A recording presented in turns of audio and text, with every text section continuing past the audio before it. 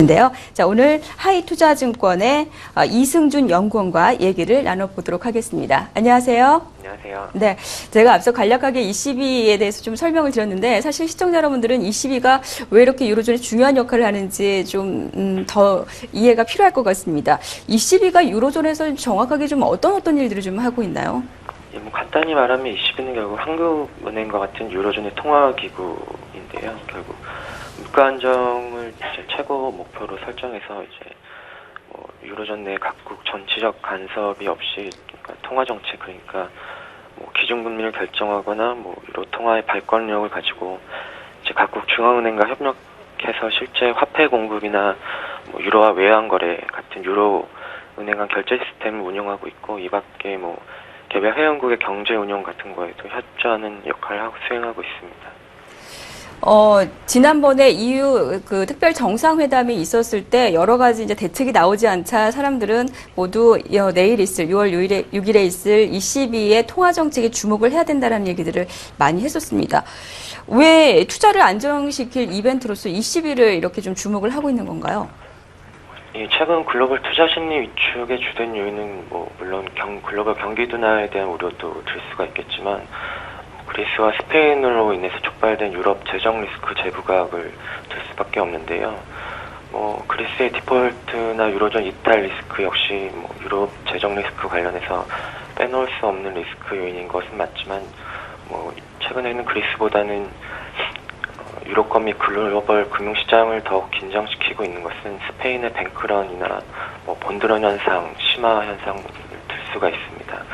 즉 이렇게 뱅크런이나 본드런 현상은 결국 스페인 은행에 예금한 예금주들이나 스페인 채권에 투자한 투자자들이 스페인 은행이 부실해지거나 경제가 더 악화되는 것을 우려해서 자금을 이제 급속하게 회수하고 있다는 건데요. 이미 지난 11년 중에 글로벌 자금이 스페인에서 약 978억 유로 정도를 이탈해 갔는데 벌써 올해 1분기 중에 971억 유로 정도가 스페인에서 자금이 이탈됐습니다.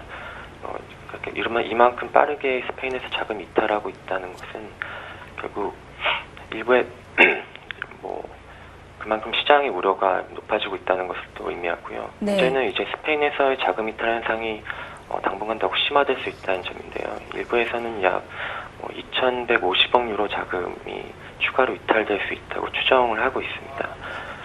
이러한 스페인에서의 자금 이탈이 문제가 되는 것은 결국 이 정도 수준의 자금 이탈 규모가 그 스페인의 GDP랑 비교해보면 작년 스페인 GDP의 20% 수준에 달하고 있고 그만큼 큰 자금이 급속히 이탈된다는 것은 결국 스페인 경제에 충격을 줄 수 있을 뿐만 아니라 스페인 금융시장이 사실상 마비될 수 있다는 것입니다. 결국 스페인 금융시장 안정이 현재 스페인이나 유럽 글로벌 시장 입장에서 시급한 상황이지만 현재 네. 스페인 정부가 취할 수 있는 방법이 거의 없는데요. 예. 따라서 그리스에 대한 리스크가 이렇게 지속되는 상황에서 스페인 문제까지 불거질 경우에 네. 글로벌 금융시장에 미친 충격은 매우 클 수밖에 없고요. 그렇기 네네. 때문에 이번 유로존 위기가 단기적으로 진정되기 위해서는 아무래도 그리스보다는 스페인 금융시장 안정이 전제돼야 할 것으로 판단하고 있습니다. 예.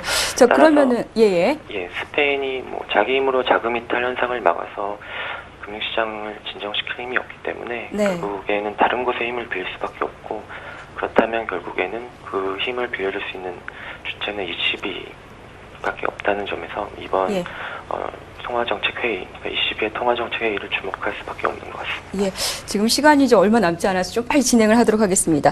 그러니까 결국 이제 스페인의 뱅크런, 본드런 이런 스페인의 문제가 확산될 가능성이 있기 때문에 구제금을 신청할 가능성이 있고 그에 따라서 이제 자금 지원을 할 수밖에 없다라는 얘기인데 그러면은 지금 ECB에서 선택할 수 있는 게 그래서 기준금리 인하라던가 또 3차 LTRO 얘기가 나오는 건가요?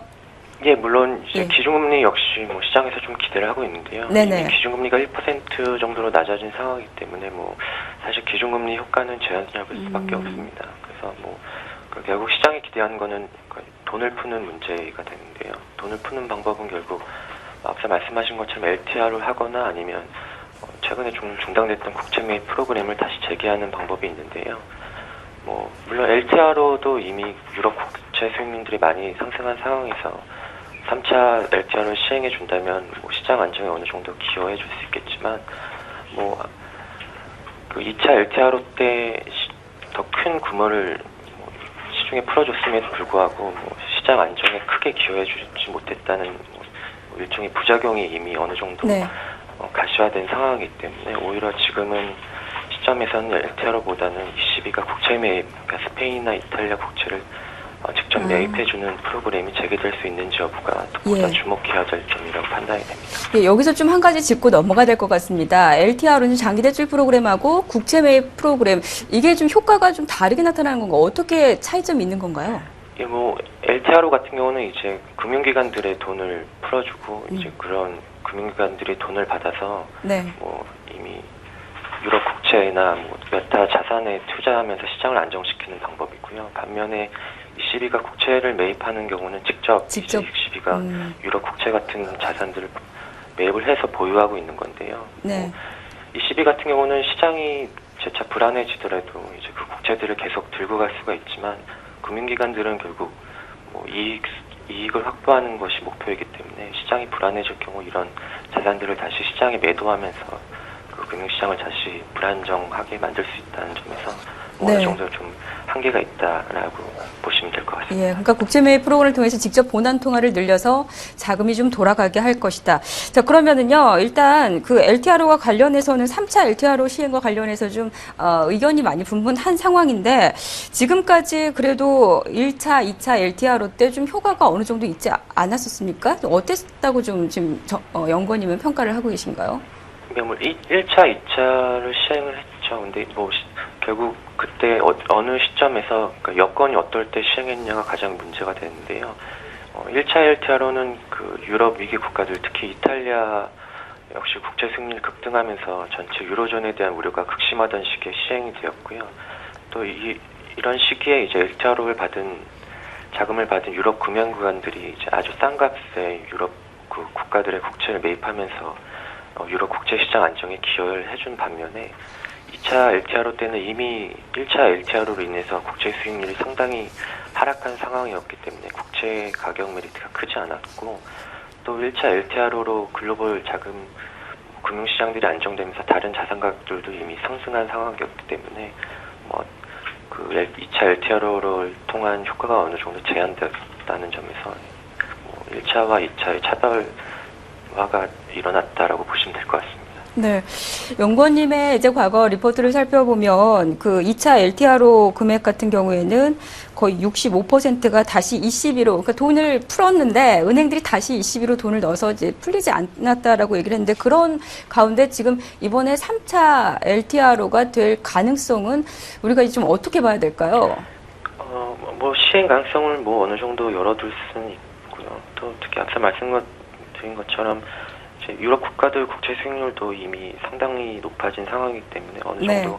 가격 메리트가 다시 발생했다는 점에서 뭐 시행 가능성을 아주 낮게 보기는 어려울 것 같고요.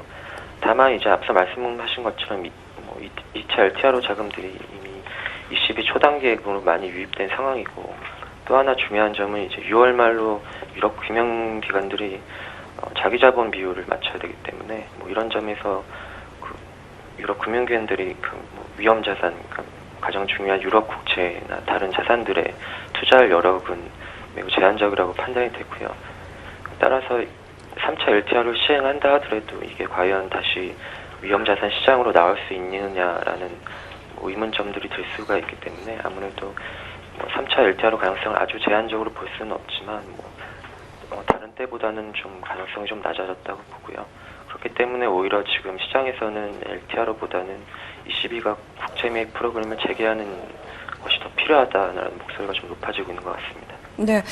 자, 그러면은 지금 이제 어쨌든 스페인의 문제 때문에 ECB에서 어떠한 액션을 취할 것이다라고 보면 되겠는데, 지금 ECB가 12주 연속 유로존 국채를 매입하지 않았다라고 밝혔습니다. 최근 들어서 스페인이나 이탈리아 국채 금리가 너무 급등했는데, 혹시 이거 ECB가 국채 매입하지 않았기 때문에 단순히 그렇게도 좀 볼 수 있는 거 아닌가요? 유로존의 그 스페인의 문제 자체가 경제 위기가 좀 커지기보다는 그러한 것들이 돈이 좀 돌지 않으니까 국채금리가 좀 올라갔다 이렇게 볼 수도 있는 거 아닌가요? 이것도 좀 한 가지 좀 짚고 넘어가면 좋을 것 물론 같은데요. 그런 원인도 뭐 배제할 수는 없죠. 그러니까 예. 물론 스페인 자체적인 문제들이 컸지만 아무래도 뭐 ECB가 국채 매입을 프로그램을 중단했다라는 것도 이제 심리적으로 더 국채 시장이 불안해지는 요인을 작용한 것 같고요.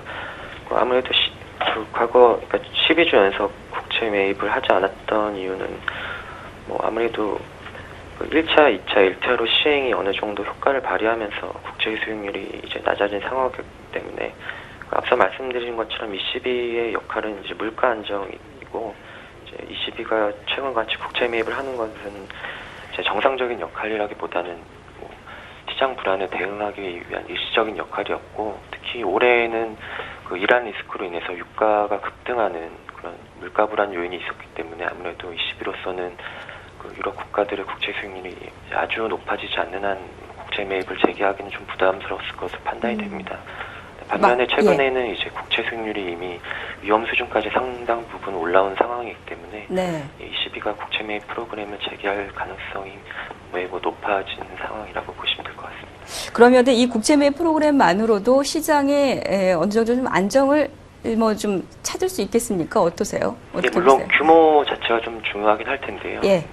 그럼에도 불구하고 이미 ECB가 국채 매입을 다시 재개한다는 그 시그널만으로도 시장 안정에는 아주 기여해 줄 수 있을 것으로 보이고요. 예. 특히 앞서 말씀드린 것처럼 ECB 그 초단기 예금 안에 이미 굉장히 많은 유동성들이 금융기관들 유동성들이 담아져 있기 때문에 시장이 안정되면 이 자금들도 일부 물론 제한적이긴 하겠지만 일부 다시 시장으로 나올 수 있다라는 점에서 그 효과는 좀 더 커질 수 있다고 기대하고 있습니다. 예, 이제 끝으로 좀 한 가지만 질문 드리겠습니다. 만약에 아무런 스탠스도 정책적 스탠스도 내놓지 않았다 할 경우에는 뭐 어떨 것으로 보세요? 그럴 가능성도 혹시 있는 건가요? 뭐 사실 그럴 가능성은 현재로서는 아주 낮아진 건 맞는 것 같습니다. 시장 자체가 예. 워낙 안 좋은 상황이고요. 네. 만약에 그렇게 된다면 뭐 개인적으로는 이제 그리스뿐만 아니라 스페인 역시 구제금융이 불가피하다라고 보고 있는데요. 그 구제금융을 하기 위해서는 결국 시장 안정이 필수적이기 때문에 네네. 만약에 ECB가 어떤 조치도 나타나지 않는다라고 하면은 뭐 스페인이나 예. 그리스에 대한 리스크가 현실화될 수 있는 상황에서 뭐 시장은 아주 충격은 매우 그 어느 때보다 클 수 있을 것으로 봅니다. 예, 알겠습니다. 오늘 긴 시간 내주셔서 고맙습니다. 예, 감사합니다. 자, 하이투자증권의 이승준 연구원과 얘기를 나눠봤습니다.